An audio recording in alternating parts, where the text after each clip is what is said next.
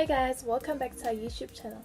I'm Trish and today I'm doing 5 tips on getting your first Palfish student. Tip number 1, look and be as professional as you possibly can. This is from the way you set up your profile to the way you handle yourself in the app. So the first thing is your profile. Make sure that the pictures that you post are appropriate and show the image of a responsible teacher, because most students or parents want to put their children in the hands of someone who's responsible. And Palfish allows you to post what they call moments, which are like a Facebook post. Make sure that the moments you post are appropriate and keep in mind that you're speaking to people that are of a different cultural background, so try not to post things that are too political or which can be offensive, because you never really know. Second tip, do as many free live classes as you possibly can. They can be 25 minutes long. They don't have to be super long and time wasting or anything like that. They can literally be just 25 minutes, and it's a great way for the students to get to know you and your teaching methods. And it's not always a waste of time, because a lot of the times when students tune into your live class and they feel that they're learning something or that this class is beneficial, they will actually pay you for the class, even though you said it's a free class. So I've had classes that were free and I've ended up getting over 20 RMB, which is like 40 Rand for a free class. Third tip, be prepared for the lesson. So students will book you, and if you're not sure what kind of things you should do with the students, it's not a bad thing to ask the student. Sometimes a student will book me but they don't necessarily buy a specific course that I offer, so I usually just send them a message: hi, I see you've booked me for this time, and I was wondering if you want to do anything specific. So in that way I am prepared for the class, and the student will benefit from the class because they're getting what they actually want out of the class. And obviously if the student says, oh, I'm trying to improve my spoken English, which is like 90% of the time, then I'll make sure that I have activities or material that will speak to that, improving that element of their English. Make sure that you also have an appropriate background. You can't be teaching in bed, and you definitely can't be teaching in a place that's untidy. So this is my current background.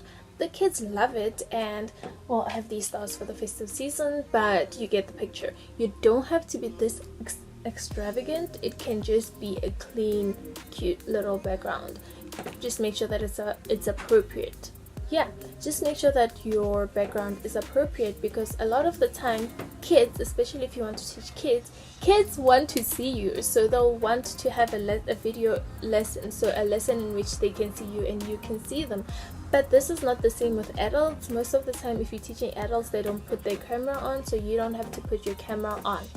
But just always be prepared in case someone is like, oh, I can't see you, can I please see you? And I'm like, the thing about being prepared is that it ensures that you make a good impression on the student. So if the student calls you and you're all over the place and you don't have the right material or you don't know what you're saying, then that can bring your ratings down. So it's really important that you're prepared so that the student feels like they're getting their money's worth. And that keeps the student coming back, because you look professional, you're very prepared, so they can trust you with their education.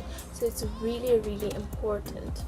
This is also important because good ratings make sure that other students come to you. So if a student says, oh my god, amazing teacher, because of how prepared you were and how professional you looked, then more and more students who read the comments on your profile will come to you, because they know other people found you professional and found you to be a great teacher. And the fourth tip is give as much discounts as you possibly can. Obviously I'm not saying now literally earn peanuts, but I'm saying for the first week or two, just give as many discounts as you possibly can. For instance, I had 10 RMB classes, so 25-minute classes for 10 RMB, so that students could purchase those so that they can meet me and see my teaching. And then obviously after a while I put my prices up, because then I had enough students who stayed with me because they found me to be professional and to be helpful towards their need. The fifth and last tip is engage with the students. So like I said, that you're able to post like something that looks like a Facebook post. It's called moments. Post those as much as possible. Ask the students, oh, today it's really sunny, what's your favorite kind of weather, or something like that. Just engage with the students, because those posts will appear on the students' timelines, and when the student posts moments, they'll appear on your timeline. So if they post a moment, oh, I traveled to this place, then you can be like, oh, this looks amazing, your pictures are great, how did you find it? You know, engage with the students, because the students want to talk to someone who is able to engage with them. So additionally, it's Palfish is not really about popularity or getting as many followers as you can possibly get. So if students follow you, follow them back. Follow as many students as you can, because sometimes they just don't know you exist, and the best way to make sure that they know you exist is, one, to do live classes, to follow them, to post moments and to respond to their moments, but also to be online. So Palfish has this thing, it's called Start Tutoring. So when you press Start Tutoring, it makes you appear as online, like how you would appear online on Facebook. So then students know you're available. Just start tutoring when you're free to ensure that students can see you, because what happens is the students will go onto the app and will see a number of teachers who are online, and they'll basically call whichever teacher is online. So in that way, they're able to see which teachers are there on Palfish and how much the teachers cost, whether or not they can call the teachers, you know. So if you're online, you're most likely going to be called, as opposed to when you're not online and the students don't even know you exist. And then the other thing is that make sure that your schedule is open. Obviously this will depend on how much time you have to spend on Palfish, but just make sure that your schedule, for instance, the green shows the time that I'm available and students can book me. So I open up my slots and the students can book me in advance, so that, for instance, if I open 1 week's worth of time, then I know that they can book me a week in advance, so that I also know that I have classes, but additionally the students can get the peace of mind that they'll be able to have their classes with the teacher that they want to have their classes with. So being available is a huge plus for the students, because they know that they can have their classes and have it whenever they're available. The other thing is, make sure that you open time slots in the popular times, which is usually in the evening in China. So from 6 to like 10 Chinese or Beijing time would be the most popular time slots.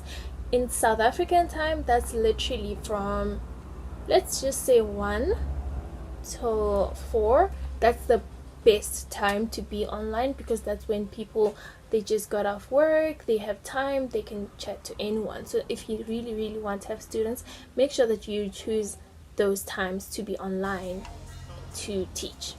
Yeah, so thank you guys so much for watching this video. I hope that it was helpful, and I hope that these tips will help you get your first Palfish student. Good luck on Palfish. I hope you enjoy it as much as I've enjoyed it, and Happy teaching.